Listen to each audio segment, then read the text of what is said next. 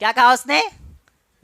واپس سے سمجھیے، میرے ابو جان کا انتقال ہو گیا ہے، میرے ابو جان اس دنیا کو چھوڑ کر چلے گئے ہیں، غم کے مارے میرے لیے مسور کی دار بھی نگلی نہیں جا رہی، تم کم وقت میرے گھر پر آ کر بوٹیاں توڑ رہے ہو، چلو بسم اللہ کھاؤ، ہاں سانپ بھی مر جائے اور لاٹھی بھی نہ ٹوٹے۔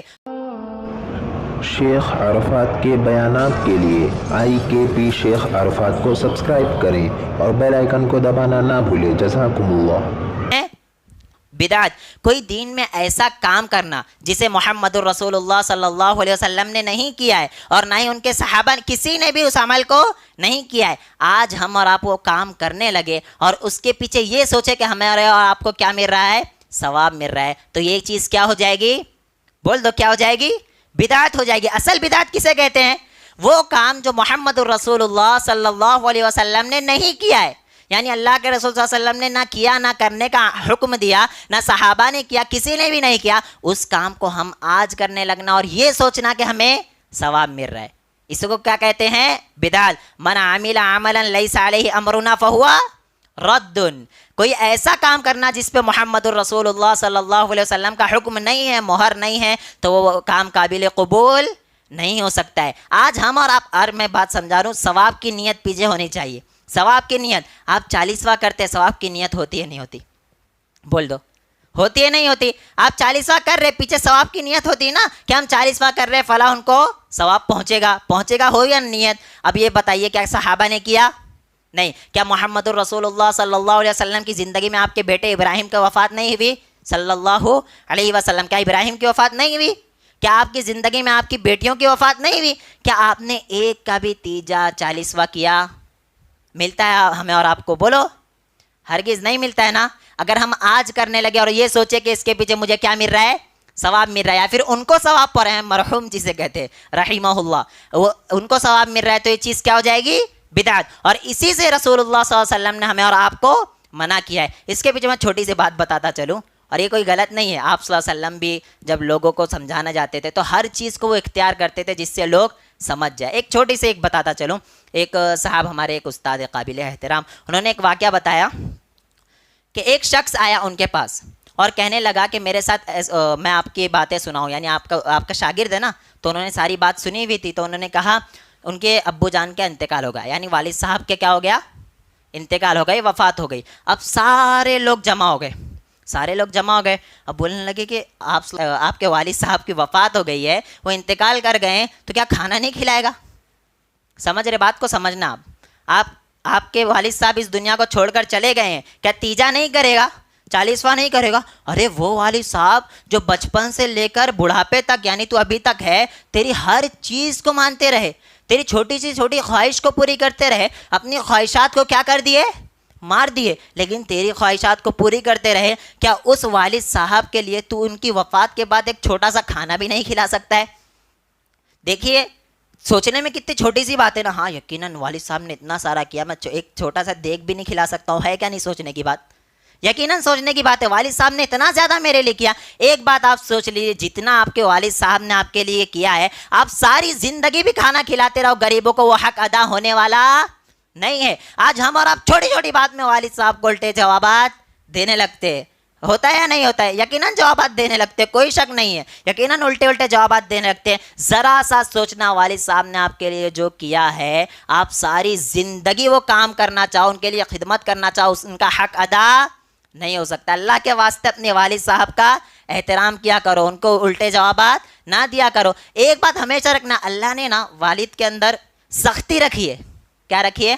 سختی رکھی ہے، اس کا مزاج ہی سخت ہوتا ہے، کیونکہ اگر والد جو گھر چلا رہا ہے اس کا مزاج سخت نہ ہو تو گھر الٹا پلٹا ہو جائے گا یا نہیں ہوگا؟ آپ سوچئے، گھر الٹا پلٹا ہو جائے گا نہیں؟ گھر کا پورا ماحول شیڈیول خراب ہو جائے گا یا نہیں ہو جائے گا؟ اللہ نے والد کے اندر سختی رکھی ہے، ان کا مزاج ہی سخت ہوتا ہے، تو ہمیں اور آپ کو چاہیے کہ ان سے کوپریٹ کریں، الٹی بات کرنے کی ضرورت نہیں ہے، کچھ خاموشی سے سن لے۔ اگر آپ کو کوئی بڑا بھی بول رہا ہے نا تو اس کو بھی غلط بات بھی بول رہا ہے، بہت سے بڑے غلط بات بھی ہمیں اور آپ کو کہتے ہیں، لیکن اس کو الٹا جواب دینے کی ضرورت نہیں ہے۔ اللہ کی قسم، محمد الرسول اللہ صلی اللہ علیہ وسلم اپنے والد اور والدہ تو ان کی وفات پا چکی تھی، ان کے علاوہ جتنے بھی لوگ آپ صلی اللہ علیہ وسلم کو برا بھلا کہتے کس کو بھی جواب نہیں دیا کرتے تھے۔ والد کا مقام یار کتنا بڑا ہے، تو ان کا حق ہم صرف کھانے کھلانے سے ادا نہیں کر سکتے ہیں. تو وہ شخص آیا اور کہنے لگا کہ آپ کھانے نہیں کھلاؤ گے, آپ کھانے نہیں کھلا رہے, والد صاحب دنیا چھوڑ کر چلے گئے, آپ کھانا نہیں کھلا رہے, ان کو ثواب نہیں پہنچاؤ گے.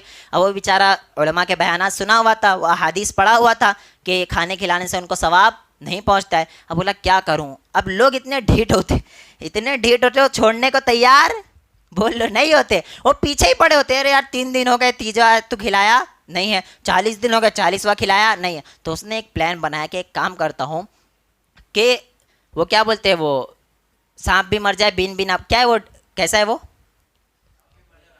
ہاں سانپ بھی مر جائے اور لاٹھی بھی نہ ٹوٹے. تو اس نے ایسے ہی سوچا. اس نے سب سے پہلے کیا کیا, لوگوں کو جمع کیا, تمام لوگوں کو لانے کے بعد بیٹھایا. بیٹھانے کے بعد کیا کیا, ٹھیک ہے میرے والد صاحب کا انتقال ہو گیا ہے, انتقال ہوا ہے, آپ لوگ کھانا کھائیے, آئیے بیٹھیے. سارے وہ علماء جسے علماء سو کہا جاتا ہے, سارے علماء برے نہیں ہوتے. علماء کی وجہ سے تو آج ہم اور آپ یہاں کھڑے ہوئے, علماء کی وجہ سے تو صحیح دین ہمیں اور آپ تک پہنچا ہے. علماء برے نہیں ہوتے, لیکن ایک علماء ہوتے ہیں جنہیں علماء سو کہا جاتا ہے, جس کے بارے میں اللہ رب العالمین نے قرآن مجید میں کیا کہا, یا ایھا الذین آمنوا ان کثیرا من العلماء والرہبان لیأکلون اموال الناس.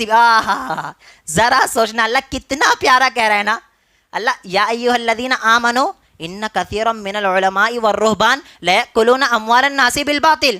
بہت سارے اے ایمان والو, بہت سارے ایسے لوگ ہیں, ان کثیرا من العلماء, علماء میں سے, والرہبان, اور ایسے لوگ جس کے اندر مٹھاس ہوتی, جو لوگوں کو اپنی طرف مائل کرتے ہیں, وہ لوگ کیسے ہوتے ہیں, ان کثیرا من العلماء والرہبان لیأکلون اموال الناس بالباطل, باطل طریقے سے لوگوں کا مال کھانے لگتے ہیں. ان کو صحیح دین پہنچانا ان کا حق, ان کی ذمہ داری تو ان کی ہے, لیکن ان کا یہ نہیں ہوتا ہے کہ میں لوگوں تک دین کی صحیح بات پہنچاؤں. ان کا مشن یہ صرف ہوتا ہے کہ مجھے کھانے مل جائے, صرف میں کیا ہو جاؤں, میرا پیٹ بھر جائے. یہ کون کہہ رہا ہے, اللہ رب العالمین کہہ رہا ہے, یا ایھا الذین آمنوا ان کثیرا من العلماء والرہبان. بہت سارے علماء اور رہبان جسے کہا جاتا ہے, یہ لوگ ناحق طریقے سے لوگوں کا مال کھاتے ہیں, اور وہی چیز یہاں بھی ہو رہی ہے. وہ سارے لوگوں کو جمع کیا, جمع کرنے کے بعد بیٹھایا, بیٹھانے کے بعد کہا ٹھیک ہے چلیے آپ لوگ بیٹھیے.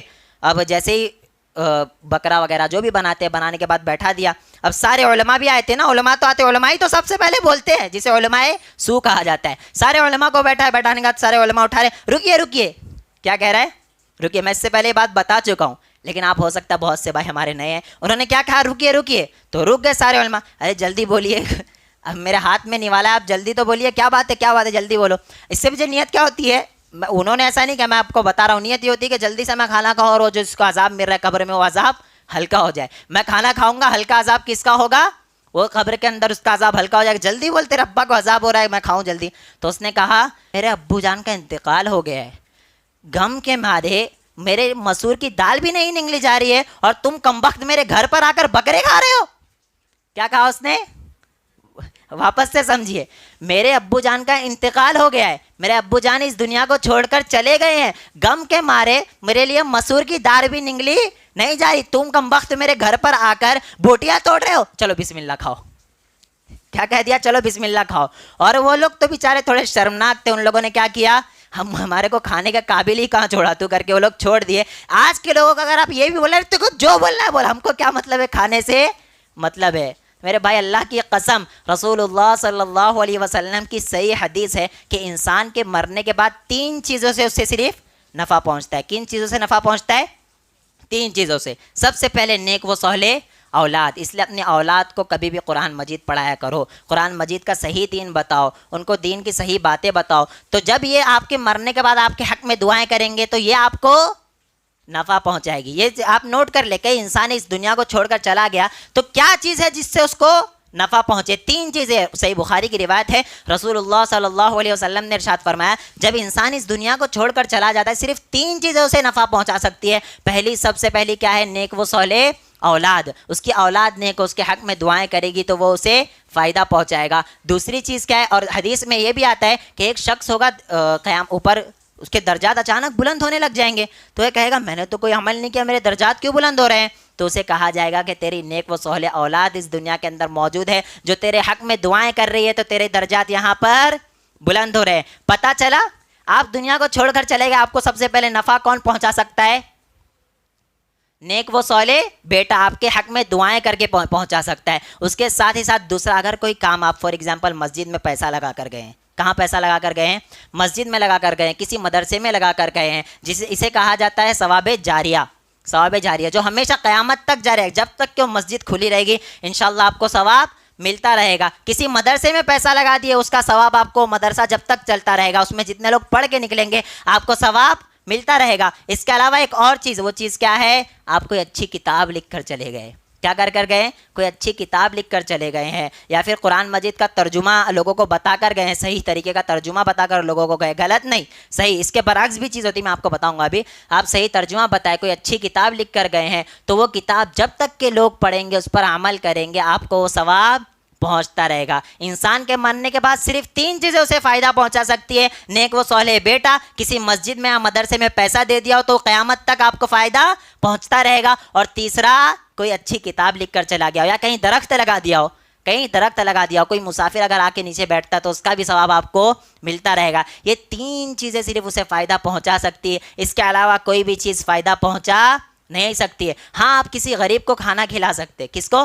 کسی غریب کو کھانا کھلا سکتے, لیکن اس کو یہ بتا کر نہ کھلائے کہ میرے ابو جان کا انتقال ہو گیا اس لیے میں آپ کو کھانا کھلا رہا ہوں. ورنہ غریب تو یہ دعائیں کرنے لگے, یہ تو تھوڑا کم تھا, یہ بڑی پارٹی کے ابو کا انتقال ہو جائے تو مجھے اور زیادہ کھانا کھلائے گا. سوچے گا یا نہیں سوچے گا؟ اس لیے ہمیں اور آپ کو چاہیے کہ ہم اور آپ صرف 3 چیزیں آدمی کے چلے جانے کے بعد اسے فائدہ پہنچا